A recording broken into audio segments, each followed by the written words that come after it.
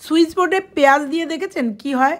তো আজকে দেখাবো আপনাদের যে সুইচ বোর্ডের মধ্যে পেঁয়াজ দিয়ে দিলে কি হয়। তো দেখতে থাকো ভিডিওটা, নিশ্চয়ই ভালো লাগবে। নমস্কার বন্ধুরা, আমার একটা টিপসের ভিডিওতে তোমাদের সবাইকে স্বাগত। আমরা ফ্রিজে যখন আটা মেখে রেখে দিই, তখন সকালের আটা বিকালে যখন আমরা রাত্রিবেলায় যখন আটাটা রুটি করতে যাই, তখন আটাটা কিন্তু একদম শক্ত হয়ে থাকে। তো তৎক্ষণাৎ আমাদের রুটি করতে হবে খুব তাড়াতাড়ি। তাহলে কীভাবে আটাটাকে একদম আগের পজিশানে একদম নরম করব, তারই একটা ছোট্ট টিপস তোমাদের সঙ্গে শেয়ার করব। তার জন্য গ্যাস জ্বালিয়ে নেব। গ্যাস জ্বালিয়ে নিয়ে আমি এখানে প্রেশার কুকারে কিছু আলু কেটে রেখেছি, আলুর তরকারি করব। এটা একটু ভাপিয়ে নেব।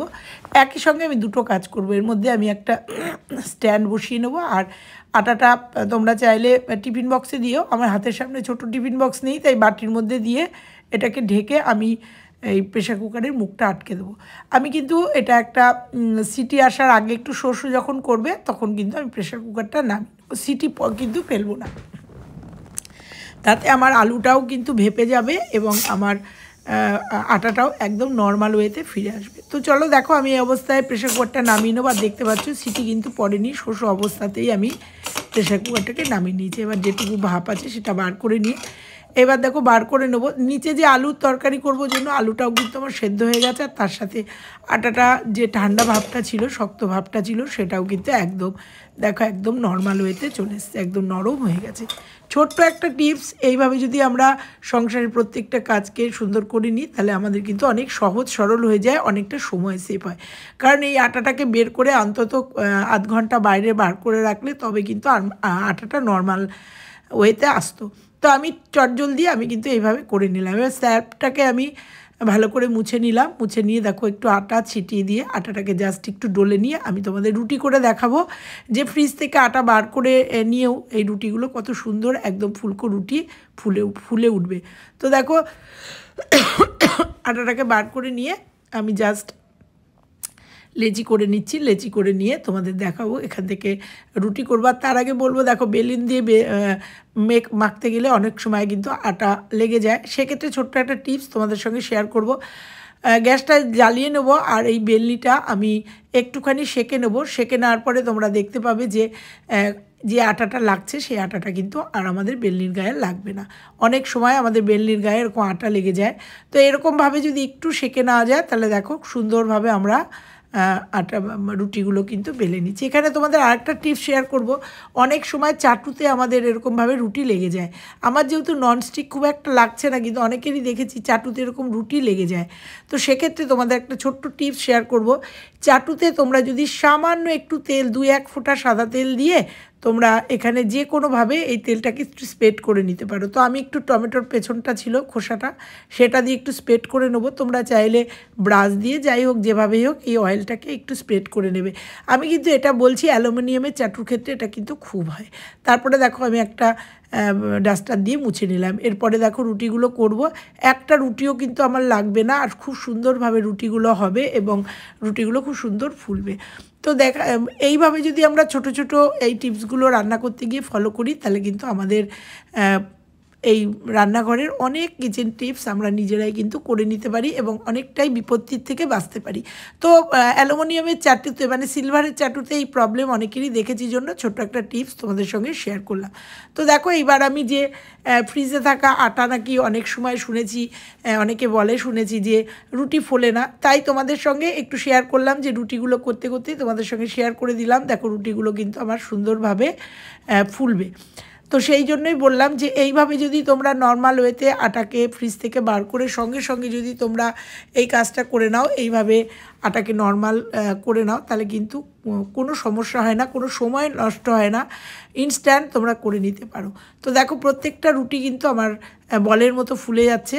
এইভাবে কিন্তু রুটি করলে রুটিরও কোনো প্রবলেম হয় না এবং আটাটাও কিন্তু নরম হয়ে যায়। ছোট্ট একটা টিপস। এরকম অনেক কঠিন পরিস্থিতিতে আমাদের পড়তে হয়, কিন্তু এই সমস্ত টিপসগুলো যদি আমরা ফলো করি, তাহলে যে কোনো পরিস্থিতি আমরা সলভ করে নিতে পারি। ছোট্ট একটা টিপস, ভালো লাগলে একটা লাইক করে চলে যাব পরের টিপসে। দেখো আমাদের সুইচ বোর্ড এরকমভাবে কিন্তু ভীষণভাবে নোংরা হয়। আর যেহেতু আমার এটা সাদা সুইচ বোর্ড, এখানে সব সময়ের জন্য সুইচ অন অফ করি, তাই জন্য আমাদের হাতের নোংরা অনেক সময় লেগে গিয়ে এরকম নোংরা হয়ে যায়। তো সাদা জিনিস এরকম নোংরা থাকে থাকলে ভীষণই বাজে লাগে। তো সেটাই তোমাদের সঙ্গে পরিষ্কার করে দেখাবো, আর তোমাদের শেষে একটা টিপস দেখাবো, অবশ্যই তোমাদের ভালো লাগবে সেই টিপসটা। তো দেখো, এটাকে আমি প্রথমে পরিষ্কার করে নেবো। তার জন্য নিয়ে নিয়েছি, আমরা জানি সুইচ বোর্ডে কিন্তু কোনো জল দেওয়া যায় না। নিয়ে নেবো একটা কলগেট। তোমরা এর আগেও দেখেছো বিভিন্ন টিপসের ভিডিওতে যে সুইচ বোর্ড আমি বিভিন্ন জিনিস দিয়ে পরিষ্কার করা দেখিয়েছি, যেমন হ্যান্ড ওয়াশ, হ্যান্ড স্যানিটাইজার, এরকম। আজকে তোমাদের দেখাবো কলগেট দিয়ে, কারণ আমরা জানি সুইচ বোর্ডে ইলেকট্রিকের জিনিস, এখানে কিন্তু আমাদের জল দেওয়া যাবে না। তো এরকম কলগেট দিয়েও কিন্তু একটা ন্যাপির সাহায্যে আমরা সুন্দর করে এইভাবে একদম ড্রাই করে, শুকনো করে, এরকমভাবে আমরা পরিষ্কার করে নিতে পারি। তো দেখো, এইভাবে কিন্তু দেখো, তোমরা দেখতে পাচ্ছ একদম অন ক্যামেরায় কলগেটের দ্বারা কিন্তু কত সুন্দর পরিষ্কার হয়ে যাচ্ছে। আর পাশেই যেটা দেখছো, ওটা আমার ফোন চার্জ দেওয়ার একটা জিনিস, ওটা আমাদের অনলাইন থেকে কেনা।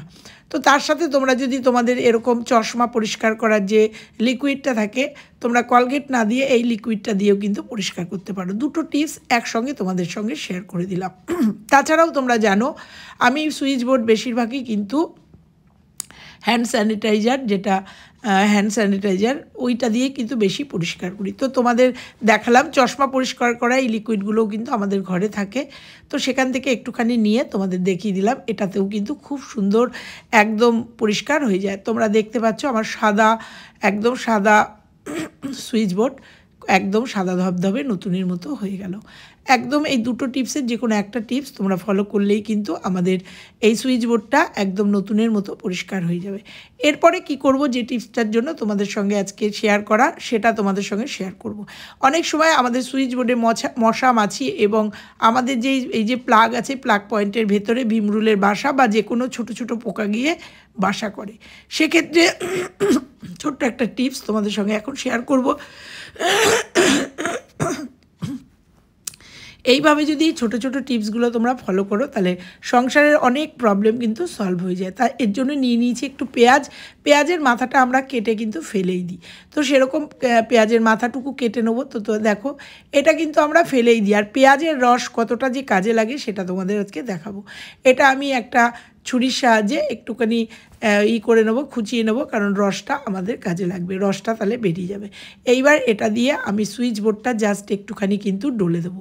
ডলে দেওয়াতে কি হবে, আমাদের যে মশা মাছি পোকা মাকড় বা যে কোনো পয়জেন এই পেঁয়াজের রসে কিন্তু আমাদের এই সুইচ বোর্ডটা একদম ক্লিন হয়ে যাবে, এবং আমাদের মশা মাছি বা এই যে সুইচ বোর্ডের ভেতরে যে ছোট ছোট ভিমরুল বাসা করে বা ছোট ছোট পোকা ঢোকে, তারা কিন্তু এই পেঁয়াজের রসের গন্ধে একদমই আসবে না।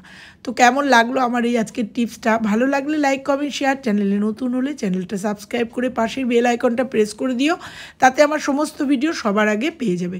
তো আমার এই পেঁয়াজের টিপসটা কেমন লাগলো, তাছাড়াও কোন টিপসটা সবথেকে ভালো লাগলো অবশ্যই জানিও। ফিরছি অন্য কোনো টিপসের সঙ্গে, ততক্ষণের জন্য সবাই ভালো থেকো।